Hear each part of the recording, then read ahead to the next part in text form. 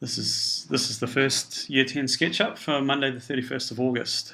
Remember when you start SketchUp to make sure you've selected the correct template. Scroll down and find one of the templates that uses millimeters. In this case, I'm going to use the woodworking millimeters template, and then I'm going to start using SketchUp.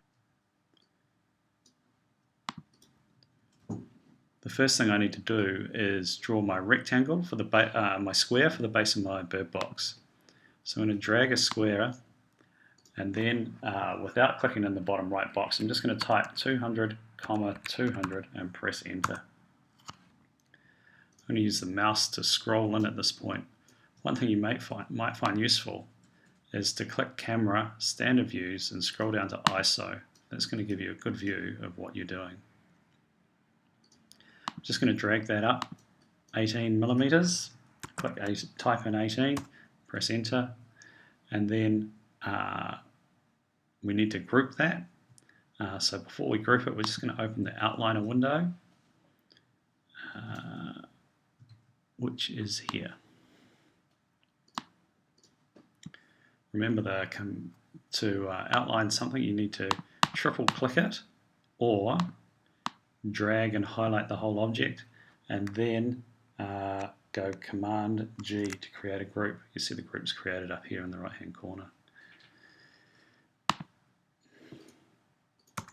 Rename the group. We'll call this one base. Now we need to create the back, so we're going to scroll around our base, and we're going to draw a new rectangle out the back like this. The size for that is 200 by 18. Again, just type it straight in. And then I'm going to push pull that up 400 millimeters. Again, I'm just going to type 400 into the box. I'm going to group that as well.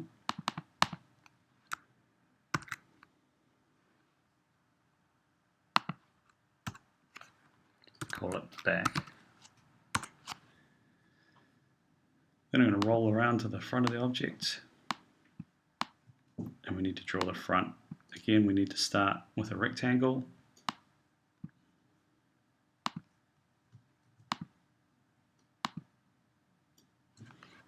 (200 by 18). I'm going to push that up 250 millimeters. Now, some of you had trouble last week with this, especially the drawing the rectangle along the base before you push that side up. So please take time to draw that rectangle really carefully, and make sure you've drawn it using a rectangle tool rather than drawing it with the line tool, which might create some difficulties later. We're not going to group the front yet. We've got a few more things to do before we can group. We need to find the center for our circle to make the hole. So we're going to drag the tape measure from corner to corner and from corner to corner. And then we're going to draw the circle in the middle. Now the radius for that is 35, so type it in and press enter. And then you can push pull that through 18 millimeters. Just do a quick rotate around to check that hole has gone completely through, and you can see it has. Now we've just got one more thing to do before we group that front panel. I'm going to draw a line from the top corner there up on an angle to the back. I don't really mind what angle that's at. I just want it at a steep enough angle so the water will run off the roof and keep the birds nice and dry. Then I need to take this corner and lift it up so that it's on the correct angle. First of all, with my select tool, I'm going to select this line. Then I'm going to choose the move tool. And very carefully, I'm going to come in here and pick up the corner. I could pick up the center or the back edge. I could pick up any point along that line, but I want to pick up the front corner there and drag it straight up until it clicks onto the line there. You can see it turns red when it clicks in place.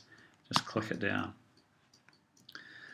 Now, before I go any further, I just want to come back and delete this line out of here. Now I can triple click on the front and group it, Command G.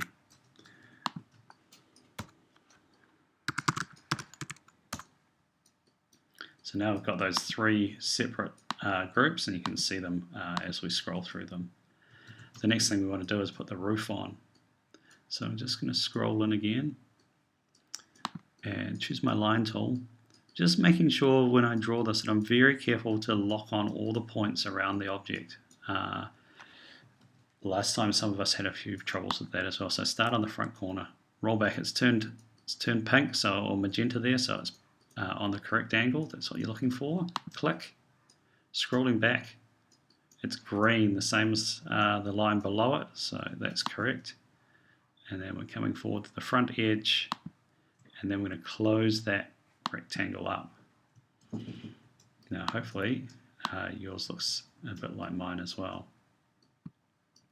And now we should be able to just lift up that lid, and again we're lifting it up 18 millimeters. The last thing we need to do with the lid for now is to close up this gap in here. So we're going to just scroll right in there. I might just go to my ISO view again. Scroll right in there.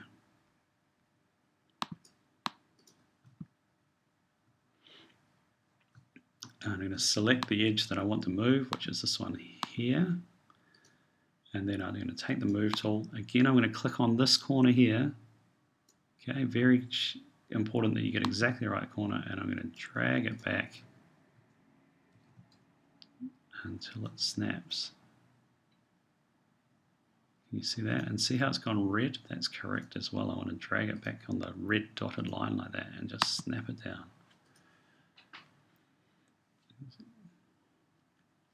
Okay. We're going to do things slightly differently to how we did class on Friday. We're going to call that our roof now. I know we haven't done the overhangs on it, but we'll come back and do those later. So again, triple click Command G and label that up, roof. Okay, so we've got our four separate components, and they're all independent of each other at the moment. Now we need to come back to our base and edit our base. So if you double click on the base icon, it's going to let you edit that. So let's just scroll in there a bit closer. I'm going to take the push-pull tool and push it in. Now I just want to go back a step. Note how I double clicked up here on the base, and that's highlighted the base and it's shaded out all the other areas. That means if I try and work on some of the other areas of the drawing, nothing will happen. But if I'm working on the base, it will come up highlighted so I can clearly see where I'm working. Take the push-pull tool and then push this face in 18 millimeters. So just click on it, type in 18 and release it. And spin around to the other side. Zoom out a bit. And the same again, 18 millimeters, and click it down. That's looking really good now. The next thing we need to do is put our sides or our walls in place. So I'm going to click out of the base. I just click over here and see how the whole drawing is highlighted again. And I'm going to draw a rectangle into here. See again how I'm letting it click on all the locations. And I can see the dimensions in the bottom right hand corner, 200 by 18. I'll just type them in again to double check that. Scroll out and then scroll back in so you can see this clearly.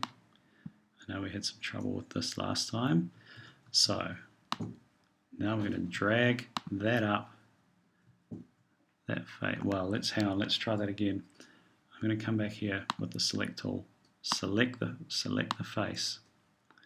Then I'm going to pick up the drag tool, the push-pull tool, and I'm going to click here on this corner, and then I'm going to drag it all the way up until it hits this corner. Okay, I just want to show you the difference between those two things. I can select this face and drag it up, but I'm not able to snap it. You can see I can't get it exactly perfect there. I've got maybe sometimes it'll snap, but I'm not absolutely sure. So one way around that is to take the select tool, select the surface, then take push pull, click on this nearest corner here and pull it all the way up until it snaps there. It's really important that we get these corners and joins exactly right, otherwise we're going to have trouble with our drawing later. Now we've got the final little fiddly bit to do, which is to lift this corner up so it meets in the apex of that corner there. So I'm going to scroll in. Just take your time to get your angle right, so that you can see exactly what you're doing. Again, I'm going to select the part that I want to move, and this is the bit that I want to move here. So I've selected that, and then I'm going to use the move tool. I'm going to click on the nearest point and bring that up until it snaps. Let me just show you that one more time.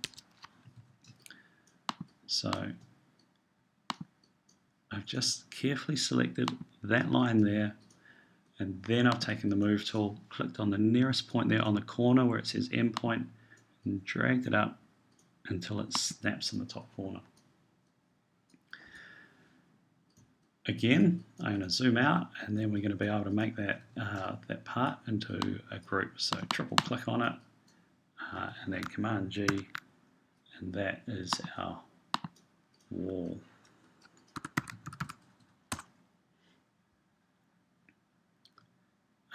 Now we can also make the wall into a component if we want, so that we can copy it easily. And I'll show you how to do that. If you click on the wall and then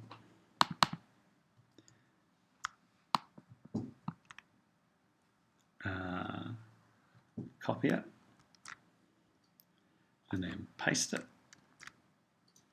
you can see at the moment it's just floating in space. I'm just going to dump it over there for now and scroll around, zoom out, there it is, and get the move tool and take that corner there.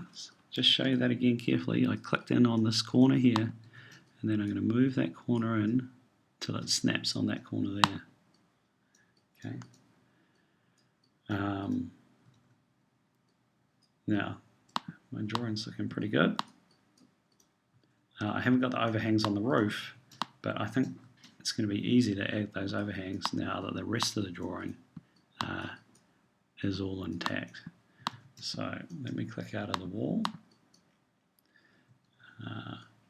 and I'm going to modify the roof. So I'm going to double click on the roof, and then now I can drag these out. So I'll drag that out 18 millimeters, drag that one out 18 millimeters, and drag this one out 18 millimeters as well.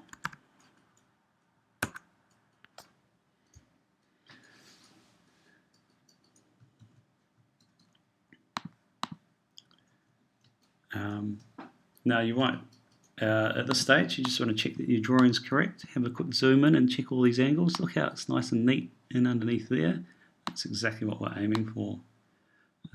Again, nice and neat through there.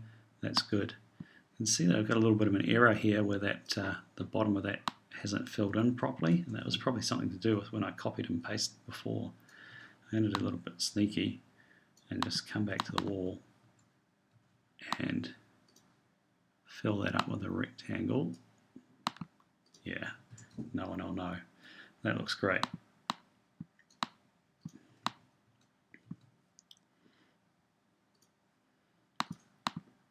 Once you've got your birdhouse finished, you may want to put a perch on here, so a round tube protruding from the bird box.